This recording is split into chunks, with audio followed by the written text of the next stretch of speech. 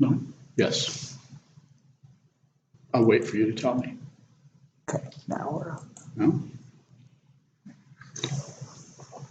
The name of this, the title of this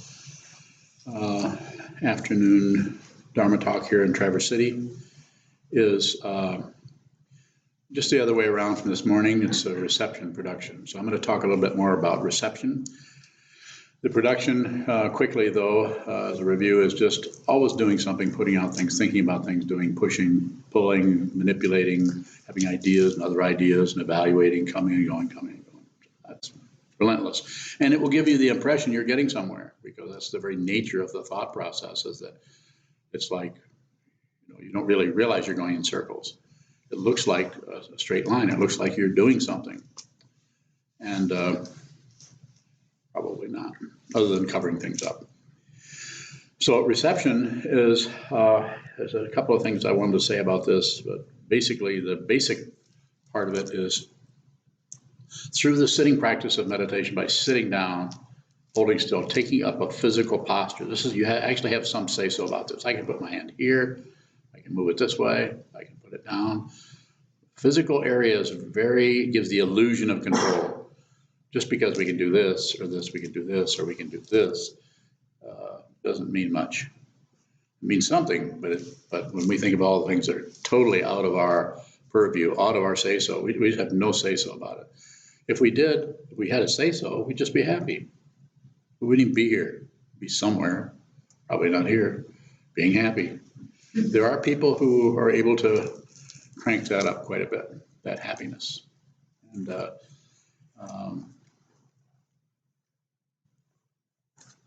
they can do whatever they want. There's a lot of people that can't do that. So, but we find what we can control and bring it to some kind of stillness. So that's what you're doing. That's what meditation is. You just bring it down to stillness, rather than have a technique to going even further to manipulate it, which is what some meditation techniques are about. Don't misunderstand. I say this over and over again because I know it may sound like I'm going against what other meditation teachers say. I'm not. You should do, if this makes some sense, do it. If it doesn't, go find some other teacher, find some other way of doing it. This may make sense to you, it may not. I'm not teaching out of a book. I'm not even teaching out of what I was taught exactly.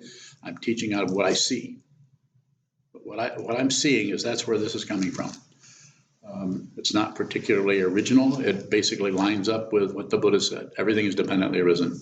I see that. And at the same time, as I see it, I don't see it. So both at the same time. I don't know how else to say it. It may sound kind of odd. It doesn't look odd. It just looks like this. So sit down, hold still. Watch through all the six sense fields, including the mind. Just allow whatever comes to come, whatever goes to go. No, and make no comment, if you can.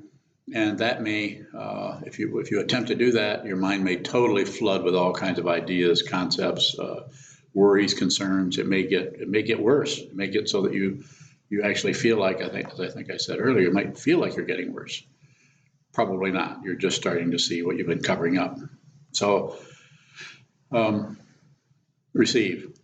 Give everything your attention, and whatever makes any kind of movement or shows up as something else or some contrast, just receive that and make no addition to it. But if you do spontaneously make an addition to it, like I don't like that or whatever, then don't add to that. So don't laminate it up so you get so far away from the original situation that you need brain surgery. That won't work either. So one of the things that I sometimes mention is a alternating sense awareness practice, going from one sense of touch to sense of seeing, sense of hearing, and just slowly moving around with those. At the same time, you're not particularly fighting with your mind. That allows, because those senses are, in terms of the consciousness itself or the objects that are coming in, the sounds, the sights, the feelings, they're pretty much in the present moment, what we would refer to as the present moment. They aren't things coming out of some other storage area like the alaya vijnana, the storehouse consciousness. So if you include those, you're sitting and just include those, and if you deliberately rotate between them, it seems to be a little easier to bring those and mix those in with the thinking process. It's not about stopping thinking. Some teachers disagree with that and will give you techniques to stop your thoughts, to slow them down, or to somehow replace them with what? Awareness of the body, awareness of the breath, or awareness. Satipatthana is a traditional word. You're not wrong. Do that. Do that now. Do it tomorrow. Do it next week. Do it for 3 weeks. Listen to what I say and then do something else. It's not wrong. So right and wrong is extra stuff that just clouds everything. I don't know what you need to do for sure. I just need to know that if I'm invited to come here and I sit down, that I need to tell you this. And then what you do with it, that's your business. I don't do any follow-up.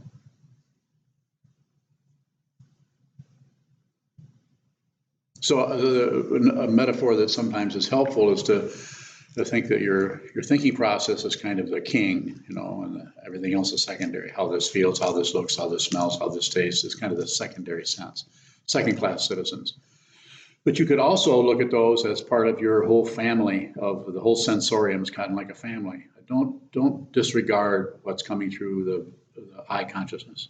Don't disregard what's coming through how this feels. Don't shut anything out. Everybody, to use a strong metaphor, everybody should everyone should come to the table. Everyone should have a seat at the table. That doesn't mean you have to constantly go to the sense of smell and like that.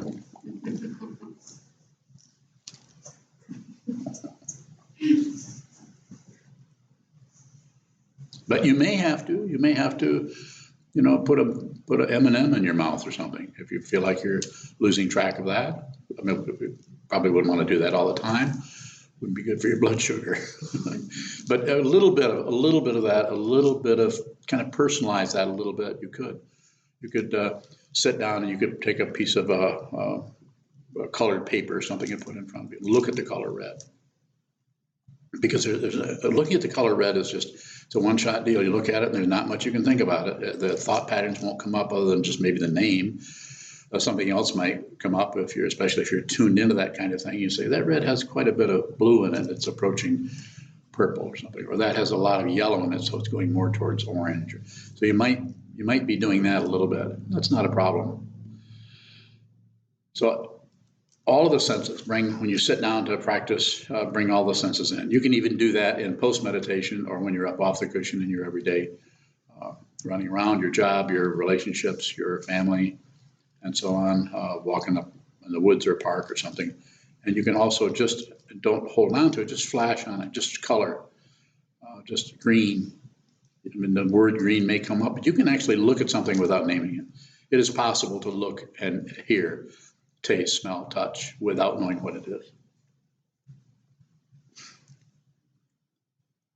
And that isn't by shutting that down, it's just by seeing it so clearly that the presence of that is so intense that you don't need a name for it.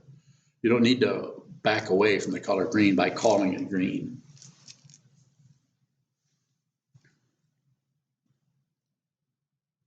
No comment. Because no comment, having a comment is what? Production. Actually, something is arising, you're receiving, and then you produce something on top of it. And it's like it doesn't have enough validity by itself. We need that. We need to know what we need to understand. We need. This is all related to the self-centeredness that's looking for some kind of support or some kind of reassurance. If the ego were real, it wouldn't need any reassurance. Wouldn't need to be. Somebody could come up and just totally insult you, and you would just go. Some people are intensely, what do they call that? Somebody that's intensely self-centered, arrogant. Pretty hard to insult somebody who's arrogant. It's also pretty hard to insult somebody who has no center, has no fringe, has no location. there might be a body there might be a voice coming forth, there might be hearing, smelling, tasting, touching, all those things might be happening. The six sense fields of form, feeling, perception, concept, and consciousness, or the five skandhas, are there, but they're not hooked together to form someone who has to run away, someone who has to run toward, someone who needs some kind of help or defense. This doesn't mean there aren't incredibly intense emotions coming out of beginningless space and time into the present moment, manifesting as thought patterns, emotions, all kinds of qualities that the ego mind wants to know what's happening. What does that mean? Why am I feeling this way? Why? Because. It's a trap. It's a trap from the point of view of wisdom. It's a trap. From the point of view of ego or self-centeredness, it's attempting to find a solution to how we feel, attempting to find reasons why we feel this way. It doesn't matter why. We already know. The Buddha told us 2,500 years ago, life is suffering. He probably didn't say it in this tone of voice. Life is suffering, and the reason you're suffering is you don't like it. You want something else. We want something else, and we instead of looking at the suffering, we have nerve endings and all of the sense fields, including the mind, that are very sensitive. The mind may be the most sensitive nerve ending because you can have intense, emotional, painful experiences without any of the other five senses being affected at all. And sometimes we would prefer that. Let me put my hand on a hot stove and burn myself rather than feel the emotions I'm feeling. You all know what I'm talking about.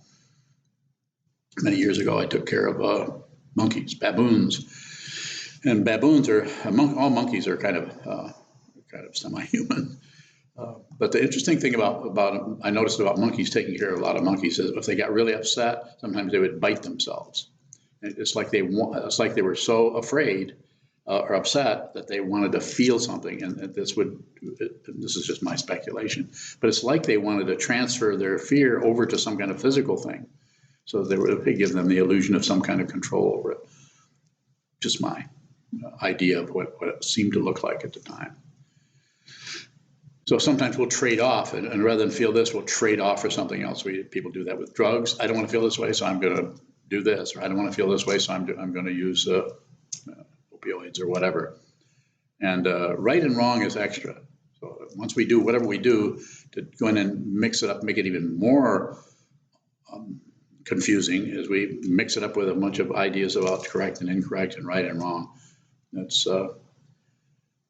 praise and blame and all of that. It just makes it more confusing. So the reception part is something that you can do on the cushion, sit down, receive. And if you can, don't produce anything. But if you do produce something, then if that's a production, then just receive that that's what you're doing. It's not like I need to stop doing that. There's an area there. It seems like a very subtle area there where the awareness just observes, and where sometimes because of the causes and conditions that come up as a self or as a concerned aspect of consciousness, a seventh consciousness, which is paranoid, that may come up and object to that. That's probably going to happen, and just allow that to do that. And someone else can trigger that. You can be doing fairly well, and someone, because of their activity, either an intimate friend or a relationship or the person behind the counter, can actually, by their function, can trigger things that in you have not. If you understand it, if you've seen it deeply, then probably it's going to take quite a bit to trigger you.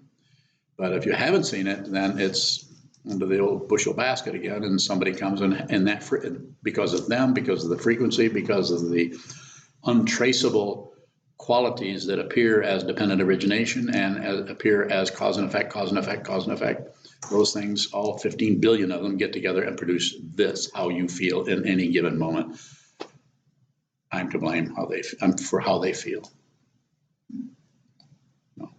What you're doing may have triggered that, but if you've lined 15 people up and you act a certain way, one or two will get triggered, and the other one will want it all. I mean, even if they're your brother, sister, neighbor, or even someone that you're extremely intimate with. So that whole area that happens like that, where there's a tendency to want to blame them or me or somebody or something, it's because of this. And the interesting thing about it, which I think I said earlier, is even if it's true that someone did offend you or insult you, and even though the relative part of it is true, if you, the first phase of that is just, they did this, I feel this way.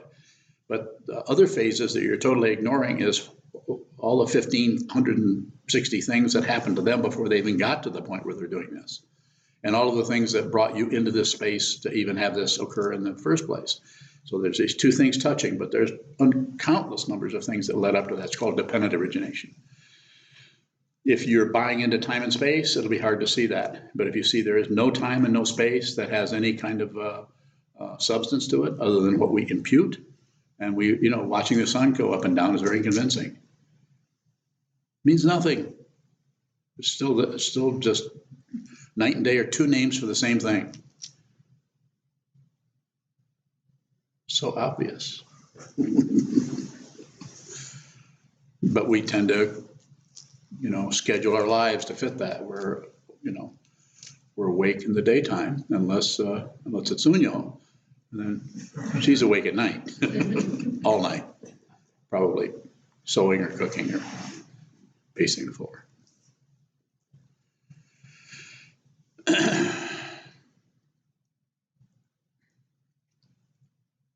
So if the producing something, doing something, acting on something, pushing on something, pulling on something, or generating some kind of activity, whether it's mental or physical or whatever, however it may be, if that can come out of the awareness, that if you've been training the awareness, so you're here, you're on receive, you're on giving everything your attention without adding anything to it. If that's been happening a lot, you'll find that what comes up, you won't get a credential. You won't necessarily say to others or even to yourself, I'm so much more aware. You might not say that at all. You might say, I don't feel near as good as I did before I started meditating. I feel like crap all the time.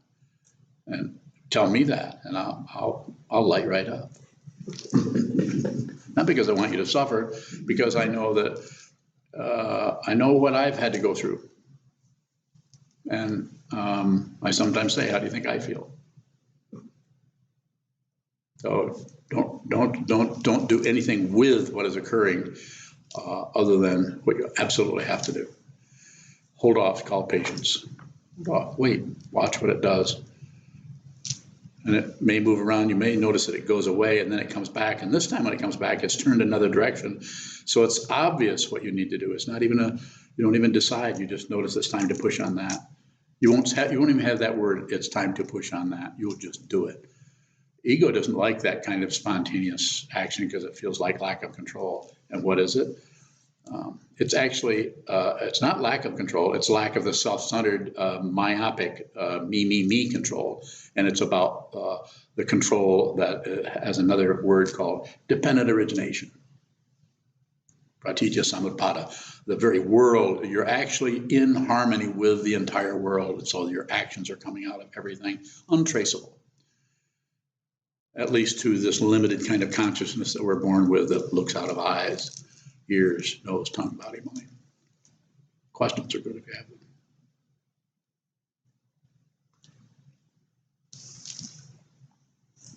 You said, come and tell me that you're feeling worse and you'll light up. Mm-hmm. But in the Buddhist teachings, it says, if we follow the path, then it will help to ease suffering. So sales pitch. When I say that, we've got to get people to do this somehow. But they don't really say what it's going to be like for you. You have to be inspired by it. This is why the Bodhisattva path is there. The first turning or provisional teachings take us so far. It's a much bigger picture than that. But that's something that starts to show up at the same time. One is working on oneself. One realizes that with the help of the Buddha, the Dharma, and the Sangha, with the help of the three jewels, you realize that, this is a bigger project than I thought it was going to be. So the whole idea of, I'm meditate so I feel much better now. You won't hear me guarantee anything. Meditate and you'll feel better. I won't say that. And this isn't to take anything away. I keep saying this all the time because I don't want people to necessarily misunderstand and think that I'm against people who teach John Kabat-Zinn or anybody who's teaching mindfulness or Theravadan teachings. Please go ahead and do that. If you want to do that, do that. There's nothing incorrect about it. It's just that the way that is functioning is a little bit different than what I'm saying. What I'm saying is, let's do it right now.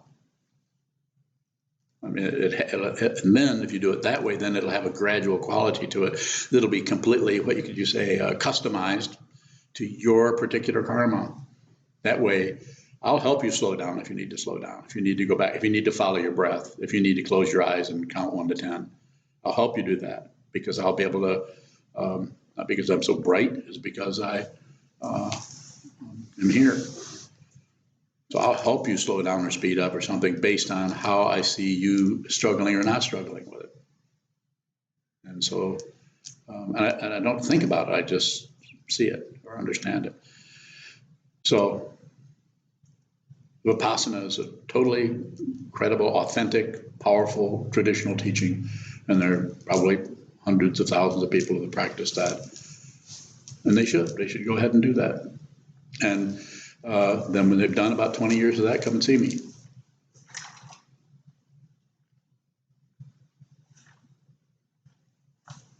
When you say that we're meditating and we start to feel worse and come tell you that and you light up, it seems like it's meant to be humorous. I know. I mean, that's being maybe not always, but I'm just saying that I always feel worse. When somebody's having difficulty, I mean, maybe not all the time, but sometimes I can see that somebody's starting to look at the difficulty they've been avoiding and that it's surfacing in other ways. That's what I'm saying. Go ahead. That was going to be my question. It seems like there's an inspiration for you to genuinely help.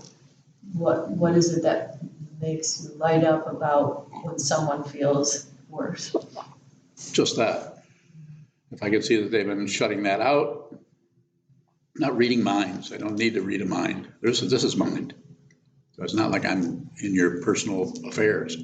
It's just that if you're not thinking about something else, then you're going to see this.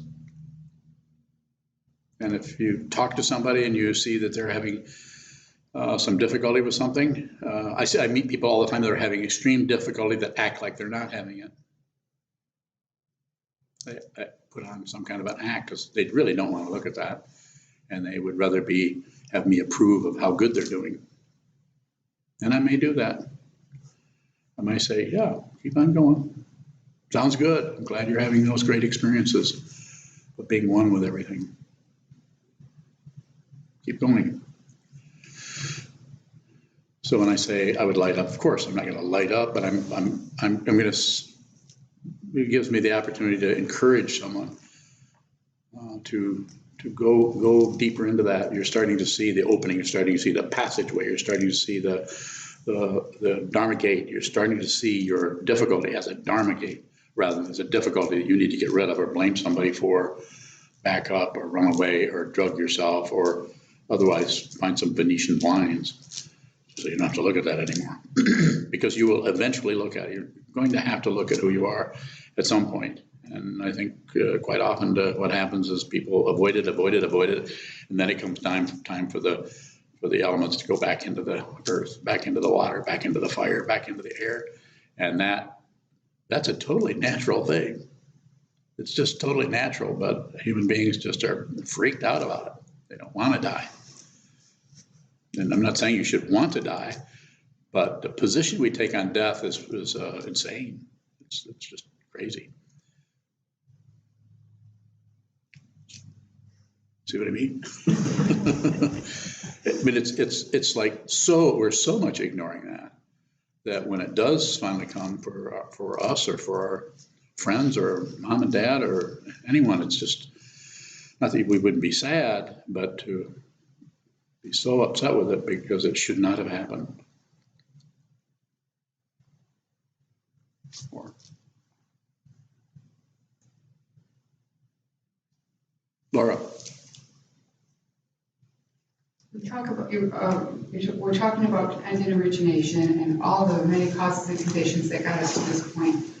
So how about, is there any control that we have individually to ensure that, or not ensure, but influence the causes and conditions moving forward? Or is my little decision to sit on the cushion or not sit on the cushion, is that also causes and conditions where I don't have any control? Yeah. So the illusion of control is, that's pretty, really don't have any. We have some. But the causes and conditions that brought us in here should be looked at before we start to venture out into the open world. I sometimes say, look at the mirror. Look in the mirror. You see what causes and conditions caused this. Well, your mom and your dad, and their mom and their dad, and their mom and their dad. And so here we are, and we're a living being. We look a certain way. We talk a certain way. We have a certain kind of intellect and a certain kind of ability to remember, or maybe not remember. We have some skills that other people don't have that we just seem to naturally have. There's so many things that are happening. So as my teacher, Trungpa Rinpoche, said, who was a brilliant sage, he was a Mahasiddha, even though he had some social problems that were difficult in this culture and in any culture. But one of the things that he said that I always enjoyed, he says, you should meditate, practice a lot, sit a lot. You may not attain enlightenment, but at least you won't be a nuisance to everyone. So it's like that. So the idea there is, if you take some time out of your busy schedule of pushing on this, pulling on that, trying to get this to happen, stop that from happening, try to sell somebody a bill of goods on this, or as it goes around, take some time out, sit down, hold still, and just be here, just be present.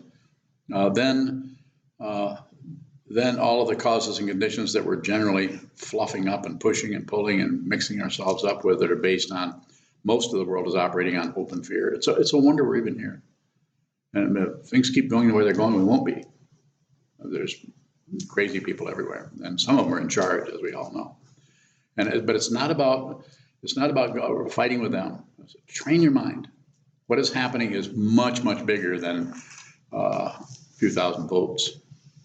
It's really big, and it's been doing this long before any of us even got here. It was happening in the 18th century. Same kind of insanity and craziness. Go back and read any of that, and you can see that they were fighting and squabbling. They just happened to have a few, what do they call them, the Founding Fathers. The Founding Fathers happened to have quite a modicum of sanity, you'd say. So they said, well, let's write this document. Maybe this seems to help quite a bit, but then it only helps if people respect it, and that's kind of falling apart. So we shouldn't take our eyes off that. We should consider that and look at that, but also train your mind. Make sure that you're spending some time sitting down and getting to know yourself on a deep level, so that your own personal karma, that which is connected to the pores in your skin, to your eyelashes, to your earlobes, to everything, is all not separate from anything, so that you can fundamentally be present. Because there isn't anything but the present. There isn't anything but now. There isn't anything but this moment. And if you don't see that, then you'll create a past and a future, and you'll navigate around there through regretting the past or imagining the future. But fundamentally, it needs to be done through awareness. More about that? More about anything? Yes. The past, the present, the past, the present, and the future, are they a point of reference for the ego, really? Quite a bit. Kind of a merchandising mentality, how to get somewhere, how to keep from going. But it's been happening since human beings have been here. We're always fighting and arguing over things. I think in primitive cultures, they have wars, but they're not quite as harmless as our wars. They run at each other and kind of laugh and poke each other, and then that's the end of that war. Somebody gets hurt, and then they stop fighting. They don't want to hurt anybody. Do we have a collective ego? Sure. Okay. Yeah. Collective and individual. Thank you. Further questions? Yes. Nishikai. Does production obscure our ability to receive? Yes, and that's what I'm saying. Don't produce anything unless it's coming out of causes and conditions that are your karma, or whether out of beyond your even your visibility, that you're doing things spontaneously or impulsively or reacting. The whole idea of reacting is some people even use that word as if it's some kind of valid way to act in a sane way. Well, how does that make you react? Well, you shouldn't be reacting at all. You shouldn't be acting at all. You shouldn't be doing anything. When I say you shouldn't, if you don't understand what I'm saying, then maybe I'm wrong. I probably am wrong in some ways. In a relative way, I probably am saying a lot of things that are maybe incorrect the way the world thinks about things. But to react means that you're here, something happens, and you have some kind of reaction. Rather than you're here and something happens, and you just watch what happens. And you receive that. You give it your attention. You receive that out of your sense of openness and lack of fear and lack of protecting anything and lack of advancing anything. And then you see the actual dynamics that are happening there. And then I don't think you would call it necessarily reacting, but you might act, but it wouldn't be a react. It would be acting with that. And that acting with that may be to snuff it out because you're so clear about what that is. It could be something like, this fire needs to be stopped because it's going to burn everything. But if it comes out of some kind of reaction, then your reaction will be coming out of hope that you could put it out or fear that you can't put it out, and you probably would do a crappy job because all your senses, all of your understanding, all of your perspiration and perspicacity and all the other P words are not there to actually so you can pee on it and put it out. I mean, and it might need to be done, but if it comes out of your awareness, then there's a more sane, uplifted, and kind way of approaching any kind of negativity that's coming your way. Go ahead. I have a question about the Tibetan practice of producing a bunch of things. How does that help us receive? Creation, completion. So, if you ask a Tibetan Lama, they might have a totally different idea, but I practiced some of that. And I was taught that the creation, completion practices and practiced several of them. So looking back over it, I think what it seems to show up as, it's the creation, completion, in other words, doing a mantra, doing a visualization, visualizing chakras in your body, visualizing mantras rotating around the chakras in your body, visualizing a deity in each one of the chakras, all different colors, holding different ritual instruments, just one form. And doing that and actually doing a mantra and then visualizing yourself as the deity and doing that for a couple of hours and then dissolving all that through a ritual form back into the heart center or back into space or however the setup is, and then resting in the space that's left. So that's taking what the mind does, what the ego does is to build up stuff and create things and make things. And you're deliberately using that same mechanism that creates a self, or creates war, and you're giving it something to do. You're giving it a bunch of toys to play with. So, and then when that's done, then you kind of exhaust that, and you're doing it in the form of, it's called deity yoga. So you're imagining your consciousness as being a deity or being perfected. So this also approaches the Sokuzan teachings of the Great Perfection, which their practices are very strongly ritualized in that way. Visualization practices. 4 foundations are 100,000 prostrations, 100,000 repetitions of the Vajrasattva mantra, 100,000 offerings to the mandala, which takes a long time to do, unless you do it 24/7, and then a million recitations of the Guru Yoga mantra. And you count all of them on a mala. So, but then you do some, and then you dissolve it and sit in the space. And so, to me, and I think that our lives are complicated enough, and I think that looking at all of that, that's the creation part is happening enough rather than to go into some kind of creation of a artificial deity. And I think that what we need to do is just sit in the space. But that's just how it looks. It's not necessarily correct. if you can talk to the Dalai Lama, he'd probably say, not exactly. Who's this guy that told you about this? He's just a nobody. He lives in Michigan. Wears a cowboy hat. More about that? You follow me a little bit? So it's just an artificial, it's just an ancient technology for working with the mind. It's like, I'm going to use a sample here of different ways of working with the mind. This is one that might all recognize. I'm okay, you're okay. You know that one? No, it's just a way of taking what the mind's doing. The other one is the one that Byron Katie does, ask 4 questions, turn it around. You know, is it true? How can I know that it's true? It's just a way of working with the intellect. So this is a way of working with the mind in terms of its visualization, in terms of the manifestation quality of the mind, and turning the negative the situation that happens with egos. So the ego just is constantly churning up all kinds of things. So we bring that consciousness in and say, okay, you can keep doing it, but it has to be this deity, this mantra, body, speech, mind, body, speech, mind, body, speech, mind. And then we dissolve that and sit in the space. Just another kind of boot camp.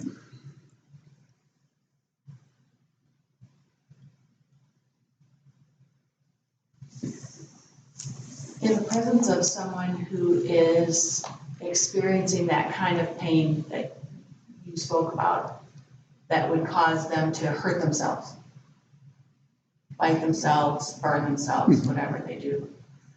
And we're receiving that.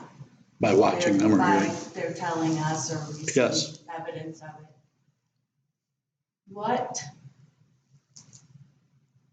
What kind of production, is there a kind of production that can be helpful in that situation? Maybe, but it should be done, rather than some kind of protocol you're following, it should be done with the situation. And that's more to the self-centeredness that doesn't want to be wrong. That's feels more risky because you don't have the rules to show how to handle that. It's like how do you handle a suicide?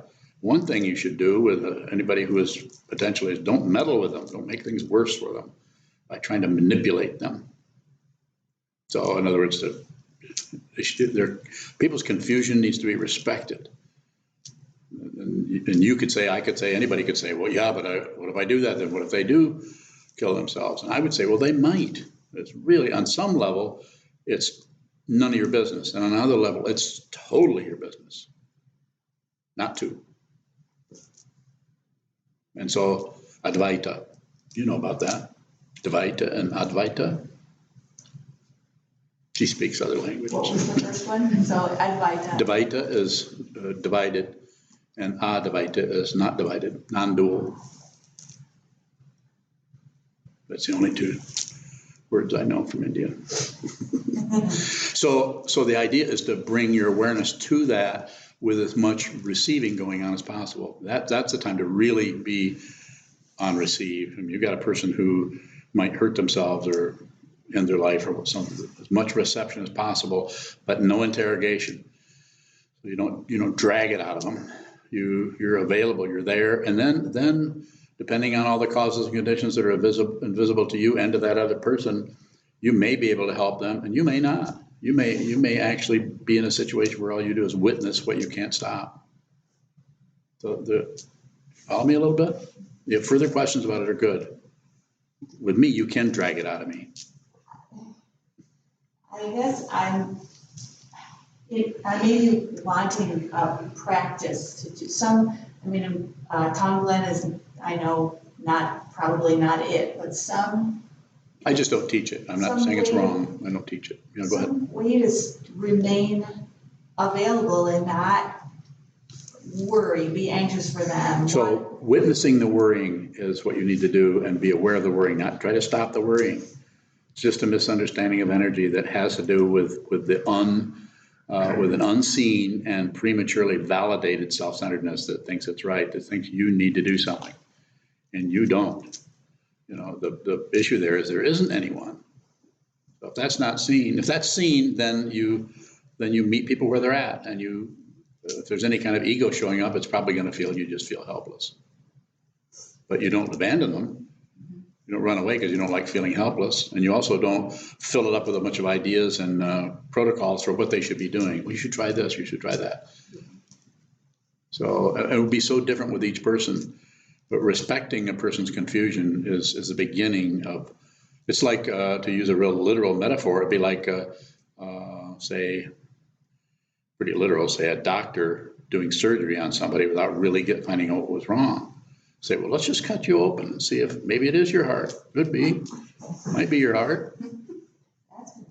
Yeah, so I'm sure it has. So we cut in there, we find, oh, indigestion. Stitch that up quick. I'm being silly about it, but I'm saying there's those kind of things happen. People are given medications that they don't need, that are more about the person doing the situation than the actual situation that the person's in. And even then, the causes and conditions that bring the karma for those 3, 4, 8, 10 people together are untraceable. We just, you know how it feels to meet somebody that you've never seen before and you feel like you know them. Sometimes you meet somebody for the first time and you immediately don't like them. No reason, you just don't like them. But you might not say that to them. You might step into it and try to see how that feels and see, get some kind of understanding of what that's about, rather than believe those thoughts and believe that means the person is, putting a hex on you or something.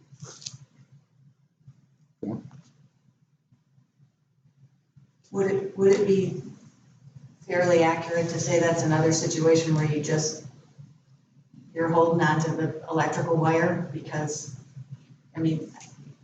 I would have all kinds of feelings, there would be all kinds of feelings, and naming them or talking about them is not helpful.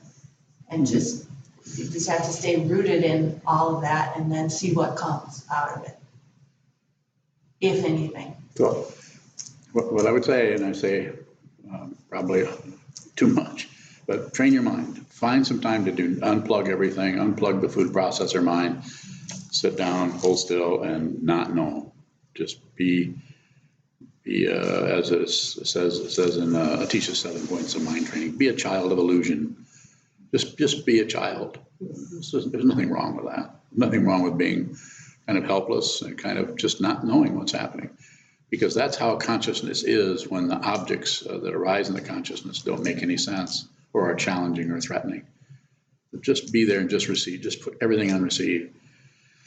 Especially if you're with a person that's having difficulty with their life or hurting themselves or doing some kind of thing that doesn't make any sense. It seems dangerous. So you don't want to abandon them. You can abandon them by giving them advice. We all know that. You have children, protect them. Don't give them too much information about what you think. My children have no idea what I think. They're all doing something else. And they should. Child of illusion. Huh? Child of illusion, yeah. There's 59 other slogans. You can go and further confuse yourself with those slogans. So, and though we mentioned Tonglen, I'm not against Tonglen. If people want to do that, I practiced it quite a bit. But I don't really teach it because I think it's too taking. This was created probably by Shantideva in the 9th century. And it's a good idea. I think it's probably a very good idea for monks and monastics, but I don't know if it's so good for people who don't meditate as much or don't have a really strong container of discipline around them. Not only the container of being in a monastery, but the container of having monks around them and strong practices that are outside of any kind of particular conventional society. But for us to do that nowadays, when people have intense difficulty with their emotions and so on, it might be a little early, let's say, to do Tonglen. This is called exchanging yourself for others by following the breath. In breath, you take in all the negativity of the world. Out breath, you send out all the positivity and all the success you have in taking even taking in the negativity. You give everything away. You get nowhere. Might be a little bit premature to do that. So, and besides, you don't really want to invite a bunch of spirits into your consciousness. Are there spirits? I don't have any idea. Don't believe it, don't disbelieve it. Of course there are.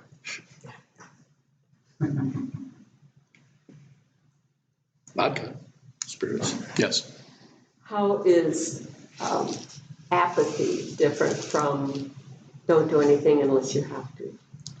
Well, don't do anything unless you have to. You might actually feel the impulse or the need or the pull to see a situation and want to do something with it. So, but you don't do it. You don't do anything unless you have to. You have some patience with it that it hasn't really played itself out yet, especially if you're operating out of impulse or out of fear. I got to do something about that. I can't just sit around. Like, there's so many things that applies to. People getting jobs, people getting married, people getting divorced. Don't do anything unless you have to. Wait, give it some time. Actually, look, allow the dust to settle a little bit, so you can see what the whole situation is. Apathy is more like the situation is irritating or is unsolvable or frustrating or something, and we just get apathetic about it. So it's a form of ignorance mixed with some aggression, some passion. It's three poisons are all mixed together there. Like, I don't care about that. I'm not going to concern myself with that. Apathetic.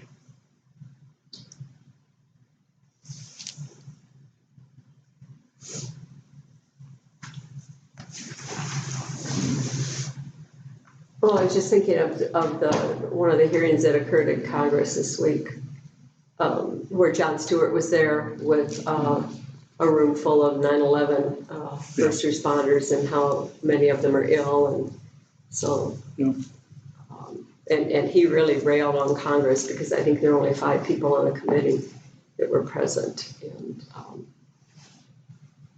it seems to me that that was a form of apathy, perhaps.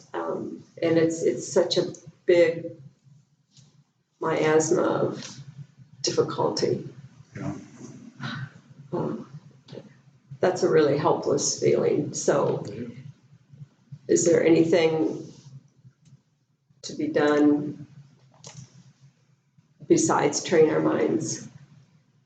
There may be, but it needs to come out of your karma or your disposition or your, rather than just have it be a reaction. So to go in and, if I have reactions in my mind, we all do, but if you did any of those, it'd be kind of difficult.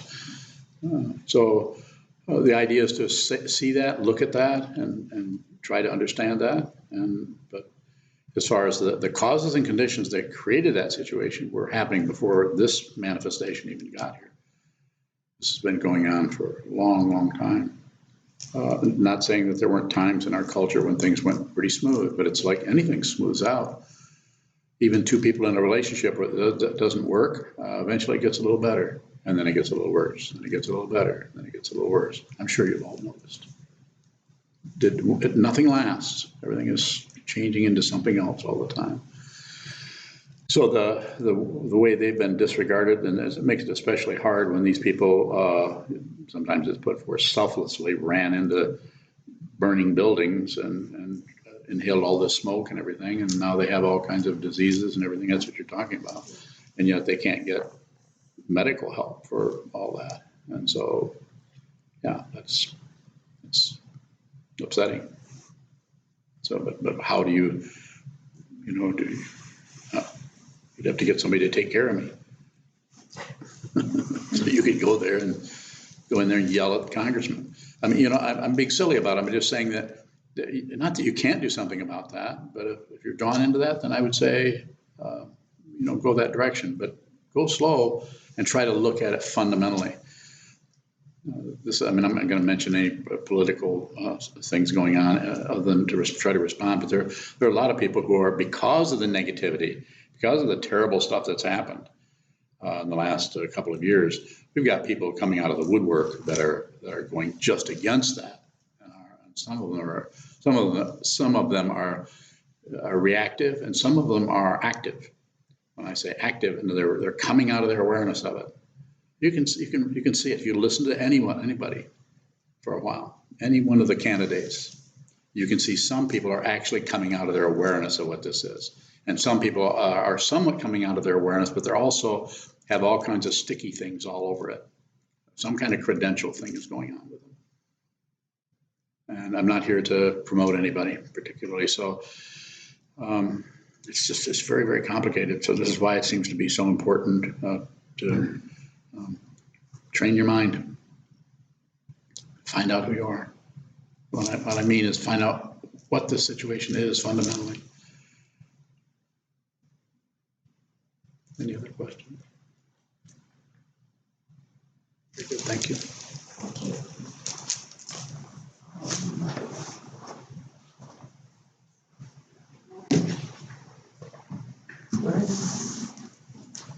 So we'll stand and dedicate the merits. Want to hit the bell? Is everybody